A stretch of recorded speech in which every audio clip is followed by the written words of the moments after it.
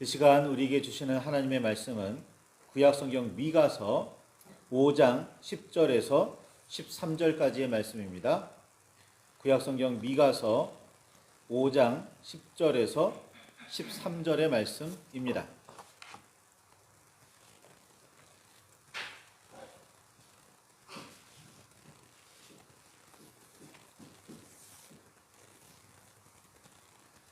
찾으셨으면 우리 함께 말씀을 공독하시겠습니다.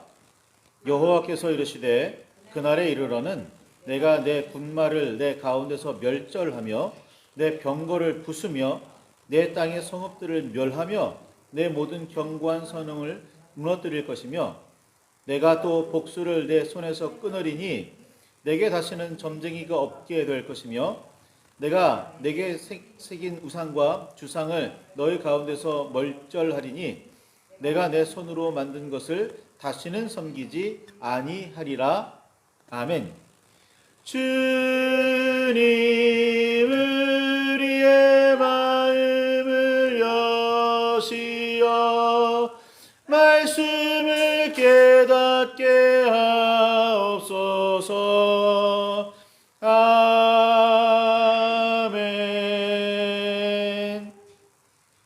주님의 사랑과 그 크신 은혜가 저와 여러분 안에 가득하기를 소망합니다. 북이스라엘은 건국 초기부터 여호와에 대한 신앙을 변형시키고 왜곡했습니다. 금송아지 우상을 만들어 자기들을 이집트에서 구원하여 가나안으로 인도하신 여호와라고 선포했고, 제단도 제사장도 절기도 왕이 마음대로 세우고 정했습니다. 이런 흐름과 전통은 한 번도 달라지지 않았습니다. 북이스라엘의 초대 왕인 여로보암은 솔로몬의 타락과 죄악을 바로잡고자 여호와께서 택하신 사람이었습니다. 가장 악한 왕으로 꼽히는 아합의 가문을 무너뜨린 예후는 본래 여호와의 선택을 받고 기름 부음을 받아 세워진 사람이었습니다.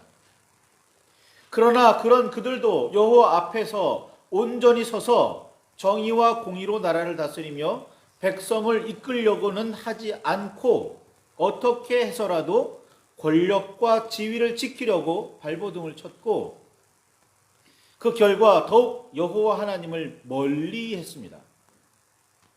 소위 소원을 이루어주고 번영을 가져다 준다는 가나안의 여러 신을 섬겼습니다. 다른 민족과 나라들의 신들을 섬기는 일도 주저하지 않았습니다. 번영과 복을 위해서라면 말이죠. 이런 뿌리 깊은 죄악의 결과가 아수르의 침략이었고, 그렇게 북이스라엘은 멸망했습니다. 남유다에는 여호사밧, 요담, 히스기야, 요시야와 같은 여호와 앞에서 온전하려고 평생 애쓴 왕들이 일어나 종종 개혁을 일으켜 백성과 나라를 하나님께로 돌이키려고 했습니다. 그러나 대부분은 그렇지 않았습니다. 즉위 초기에는 하나님을 온전히 붙들려고 힘썼던 몇몇 왕들은 너무나 쉽게 교만해지거나 여호와의 말씀을 저버렸습니다. 남유다에 예루살렘 성이 있었고, 그 안에 있던 시온산에 여호와의 성전이 아름답게 위엄 있게 서 있었지만, 심지어 여호와의 성전 안에 다른 신들을 들여놓고 다른 신들에게 제사하는 일들도 비일비재했습니다. 북이스라엘에는 여호와 앞에서 선한 왕이 하나도 없었지만, 남유다에는 그래도 몇은 있었습니다. 이것이 북이스라엘이 먼저 여호와의 심판을 받아 재앙과 멸망에 이르렀고, 남유다가 조금은 더 버틸 수 있었던 원인입니다. 미가 선지자는 북이스라엘이 아수르에 의해 멸망하는 과정을 몸소 듣고 겪으며 여호와의 말씀을 선포했습니다. 당시는 호세아, 아모스, 이사야 같은 쟁쟁한 선지자들이 활동했던 시기이기도 합니다. 북이스라엘에는 임박한 심판과 멸망을 예언했고, 남유다에는 북이스라엘에서 일어난 일들을 통해 무엇을 어떻게 해야 그런 일들이 남유다에는 일어나지 않게 할 수 있을까 배우고 깨달으라고 외쳤습니다. 남유다를 여호와 앞에 온전하게 하려고 힘썼던 몇몇 왕들의 노력이 효과가 있기는 했으나, 그렇다고 약간의 그 악한 흐름을 끊어내고 근본적으로 변화시키지는 못했습니다. 백성 사이에 이미 오랜 전통으로 자리 잡고 있었기에 우상 숭배를 비롯한 죄악들의 뿌리를 뽑지는 못했습니다. 선한 왕들이 죽은 후에는 곧 악한 왕들이 들어서서 온갖 악을 하나님 앞에 행하는 일들이 언제나 반복되고 있었고, 그 죄악도 날로 더해져 가기만 했습니다. 남유다가 선지자들의 경고를 들어야 했던 이유입니다. 미가 선지자는 여호와께서 선과 악을 구분하시며 심판, 즉 재판하셔서 악이 드러나고 죄가 밝혀지면 어떤 일이 있게 될지를 밝혔습니다. 오늘 읽은 말씀이에요. 여호와께서는 선지자를 통해서 이렇게 말씀하십니다. 그날에 이르러는 내가 내 군마를 내 가운데서 멸절하며 내 병거를 부수며 내 땅의 성읍들을 멸하고 내 모든 견고한 성을 무너뜨릴 것이며, 내가 또 복수를 내 손에서 끊으리니 내게 다시는 점쟁이가 없게 될 것이며, 내가 내게 새긴 우상과 주상을 너희 가운데서 멸절하리니 내가 내 손으로 만든 것을 다시는 섬기지 아니하리라 라고 말이죠. 그날에 이루어질 일, 사건이라는 겁니다. 하나님의 백성이 여호와 앞에서 살아가야 할 모습을 보여주고 있습니다. 하나님께서는 우선 군마를 멸절하고 병거를 부수며 성읍들을 멸하고 성을 무너뜨리시겠다고 말씀하셨습니다. 군마, 병거는 군사와 무기를 의미합니다. 무기는 방어를 위해 사용되기도 하지만 공격을 위한 도구입니다. 최선의 방어는 공격이라고 흔히들 말하잖아요. 그러니까 무기를 쓴다는 건 공격한다는 의미일 겁니다. 아무리 정의를 외쳐도 힘이 없으면 이룰 수 없다고도 합니다. 나라를 지킬 수도 자존심을 지킬 수도 없죠. 힘이 없으면. 그래서 무기는 굉장히 중요합니다. 힘을 상징하는 무기를 내려놓는 일을 우리는 매우 두려워하고 또한 싫어합니다. 그래서 배우려고 하고, 그래서 뭔가 자격증이라도 얻으려고 하고, 그래서 뭔가 스펙이라는 걸 쌓으려고 힘쓰죠. 그런데 하나님께서는 그날에 우리들의 힘인 무기를 모두 부수고 멸하시겠다고 말씀하십니다. 다윗은 골리앗 앞에 나가면서 이렇게 말합니다. 너는 칼과 창과 단창으로 내게 나아오거니와 나는 만군의 여호와의 이름 곧 내가 모욕하는 이스라엘의 군대의 하나님의 이름으로 내게 나아가노라 라고 말했죠. 이 말씀만 기억하십니까? 그 다음에 이어서 다윗은 이렇게 말합니다. 또 여호와의 구원하심이 칼과 창에 있지 아니함을 이 무리에게 알게 하리라. 전쟁은 여호와께 속한 것인즉 그가 너희를 우리 손에 넘기시리라. 다윗의 선언입니다. 기드온은 겨우 300명의 군사를 이끌고 빈 항아리와 횃불만 들고 전쟁터에 나갔습니다. 그래도 승리했죠. 여호와께서 함께 하셔야만 전쟁에서 승리할 수 있습니다. 모든 무기를 없애시겠다는 하나님의 말씀은 주님을 온전히 따르는 백성의 전쟁에 여호와께서 함께 하시겠다는 그런 의미입니다. 하나님께서 함께 하시는 전쟁, 하나님께서 전쟁은 하나님께 달려있고 하나님께서 전쟁을 좌지우지하시는데 하나님께서 이스라엘의 편에 서서 하나님의 사람에 펴서 싸우시는데 무기가 무슨 의미가 있겠습니까? 무기가 얼마나 중요하겠어요. 그날이 되면 무기가 없어져야 하는 이유입니다. 이사야 선지자는 여호와께서 열방, 즉 온 세상의 모든 나라와 민족을 판단하시고 판결하시면 이런 일이 있겠다고 선포했습니다. 이사야 2장 4절에 무리가 그들의 칼을 쳐서 보습을 만들고 그들의 창을 쳐서 낫을 만들 것이며 이 나라와 저 나라가 다시는 칼을 들고 서로 치지 아니하며 다시는 전쟁을 연습하지 아니하리라. 하나님의 나라에 이루어질 일입니다. 하나님의 뜻이 이루어지는 하나님의 나라에서 이루어지는 평화입니다. 예수님께서는 사람들에게 잡혀가는 주님을 보호하겠다고 칼을 빼들었던 시몬 베드로에게 칼을 칼집에 꽂으라 말씀하시면서 내 칼을 하시면서 칼을 가지는 자는 다 칼로 망하리라 라고 가르치셨습니다. 우리 주님께서는 칼이라는 폭력으로 구원을 이루지 않으셨습니다. 그렇게 하지 않으십니다. 성읍들과 성은 방어의 핵심입니다. 그 안에 피할 수 있고 성벽이 온전한 이상 안전을 지켜낼 수 있습니다. 그런데 하나님께서는 그날이 이르면 그것들을 멸하고 무너뜨리겠다 말씀하십니다.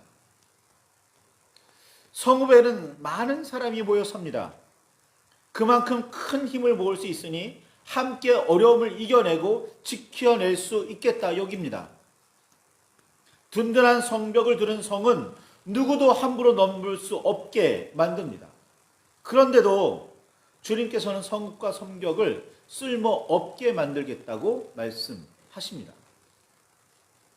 다윗은 내가 피할 나의 반석의 하나님이시요 나의 방패시요 나의 구원의 뿌리시요 나의 높은 망대시요 그에게 피할 나의 피난처시요 나의 구원자시라 나를 폭력에서 구원하셨도다 라고 노래했습니다. 다윗 자신도 능력 있는 장수였고 휘하에 힘 있는 사람들도 많았지만 다윗은 그들을 의지하거나 그 속에 피하지 않았습니다. 다윗의 피난처는 언제나 여호와 하나님이었습니다. 여호와만이 피할 바위였습니다. 이사야 선지자는 주는 포악자의 기세가 성벽을 치는 폭풍과 같을 때에 빈궁한 자의 요새시며 환난당한 가난한 자의 요새시며 폭풍 중에 피난처시며 폭양을 피하는 그늘이 되셨사오니라고 고백했습니다. 예레미야는 주는 내게 두려움이 되지 마옵소서 재앙의 날에 주는 나의 피난처이시니이다 라고 기도했습니다. 여호와께서 지키셔서 여호와께서 함께 하셔서 여호와께서 지키셔야 참으로 진정으로 안전할 수 있는 겁니다. 성읍이 아니라 여호와를 의지해야 한다는 말입니다. 주님의 날개 아래 그 품 안에 있어야 우리는 진정 안전할 수 있고 온갖 재앙을 피할 수 있습니다. 또한 미가를 통해서 여호와께서는 그날의 복수를 끊고 점쟁이를 없애며 새긴 우상과 주상을 멸하시겠다고 말씀하셨습니다. 복술이란 약을 먹고 환상을 보며 주술로 소원을 이루려는 행위입니다. 정상적인 방법으로 환상을 보는 게 아니에요. 마약에 취한 듯이 그렇게 보는 환상입니다. 그게 복술이에요. 약을 통해 얻을 수 있는 억지 환상은 여호와께서 보게 하시는 환상과는 전혀 다릅니다. 주술로는 자신의 욕심을 이루려는 욕망이 있을 뿐 하늘에서 이루어진 하나님의 뜻을 땅에서도 이루겠다는 생각은 전혀 없습니다. 자연에서 구할 수 있는 재료로 사람이 만들어낸 우상과 주상은 아무런 능력도 발휘하지 못하는 헛개비, 좋은 예술품일 수는 있겠으나 그 이상도 이하도 아닙니다. 신일 수도 없고 그런 어떤 능력도 있지 않습니다. 그런 것을 열성을 다해 섬긴다고 우리를 괴롭히는 문제들을 하나라도 풀어낼 수 없습니다. 온 세상을 창조하시고 움직이게 하시며 풍성하게 하시는 여호와만이 참된 능력이시라는 사실을 기억하시기 바랍니다. 그래서 그날에 하나님께서 모든 무기를 없애시고 성과 성읍을 파괴하시는 거예요. 오직 주님만을 바라보라고, 오직 주님만을 의지하라고, 오직 주님의 말씀 안에서만 살라고 말이죠. 여호와께서 선악과에 심판하실 그날에, 악을 징벌하시고 선을 칭찬하실 그날에 이루실 일들이 난 바로 온 세상이 여호와를 회복하고 모든 백성이 하나님의 법에 따라 정의와 공의를 행하게 하시겠다는 말씀입니다. 예수님께서 하나님의 나라가 임하시고 하나님의 뜻이 하늘에서 이루어졌듯이 우리가 살아가고 있는 땅에서도 이루어지기를 기도하라고 가르치셨음을 분명히 아시기를 바랍니다. 우리의 소원이 성취되는 세상이 아닙니다. 여호와 하나님의 뜻이 이루어지는 세상을 꿈꾸며 이루려고 애쓰며 힘써야 하나님의 사람이고 그리스도인입니다. 하나님께서는 우리가 마음을 다하고 뜻을 다하고 힘을 다하여 하나님 여호와를 사랑하고 이웃을 자신처럼 사랑하기를 바라십니다. 예수님께서는 이 두 가지가 온 율법과 선지자의 강령, 즉 성경의 핵심이라고 깨우치며 가르치셨습니다. 그런데 오늘 우리는 여전히 우리의 힘을 의지하고 다른 사람과 힘을 모아 문제를 해결하려고 합니다. 어느 정도는 길을 찾아내고 열매를 거둘 수도 있겠으나, 문제를 해결할 수도 있겠으나 근본적인 벽은 넘어서지는 못합니다. 이것이 피조물에 불과한 우리 인간의 한계입니다. 죽음을 넘어서려고 요즘 굉장히 노력들 많이 한다고 합니다. 어느 정도 성과는 있겠죠? 정말 넘을 수 있을까요? 극복할 수 있을까요? 죽음이라는 걸? 고대에는 여호와 하나님 외에 다른 신들과 그 신상들을 따랐지만 오늘 우리는 인간 자신을 무엇보다 신뢰하며 의지합니다. 심지어 한 사람에 불과한 자신을 온 세상의 왕이라고, 나아가 특정한 인물을 신 혹은 신적인 존재라고 축혀 세우기까지 합니다. 그냥 칭찬하는 정도가 아니라 숭배합니다. 아이돌이라는 말을 대수롭지 않게 받아들이지 마시기 바랍니다. 거기에는 굉장히 위험한 생각이, 위험한 사상이 들어 있습니다. 소위 돈 많고 높은 자리에 앉아 떵떵거리는 사람들어 성공했다고 부러워하고 그렇게 되기를 소원합니다. 오늘날 성도라고 자처하는 사람 중에도 하나님의 나라가 이루어지는 일에는 전혀 관심이 없고 지극히 물질적이고 세속적인 데에만 관심이 있는 사람이 대부분입니다. 교회 다니는 이유가 뭐예요? 하나님께 영광 돌리기 위해서? 하나님의 나라를 확장하기 위해서? 정말이에요? 아니잖아요. 병 고침을 받고 문제가 해결되고 세상에서 성공하게 해달라고 빌기 위해서 아닙니까? 우리는 어찌 보면 하나님의 나라에는 크게 관심이 없습니다. 하나님의 이름으로 이루어지는 평화, 우리 주님의 이름으로 펼쳐지는 사랑, 관심 있습니까? 진짜로? 그런 우리에게 하나님께서는 분명하게 말씀하십니다. 우리가 새겨 만든 우상과 주상을 멸절하시겠다고 말입니다. 그날이 되면 다시는 그런 우상을 섬기거나 따르지 않고 오직 여호와만을 바라게 되리라. 오직 여호와의 뜻이 이루어지리라. 소망하며 소원하게 되리라. 자신의 욕심이 아니라 하나님의 나라를 바라보게 되리라 말씀하셨습니다. 오늘 우리는 무엇을 바라며 소원하고 있습니까? 하나님의 뜻입니까? 우리의 소원입니까?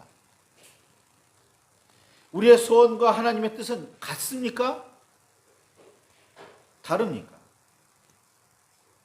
우리가 하나님의 나라를 살기를 바란다면 우리는 하늘에서 이루어진 하나님의 뜻이 이 땅에서 이루어지기를 바라며 오늘을 살아야 합니다. 그래야 우리는 선지자들이 외친 그날을 마주할 수 있습니다.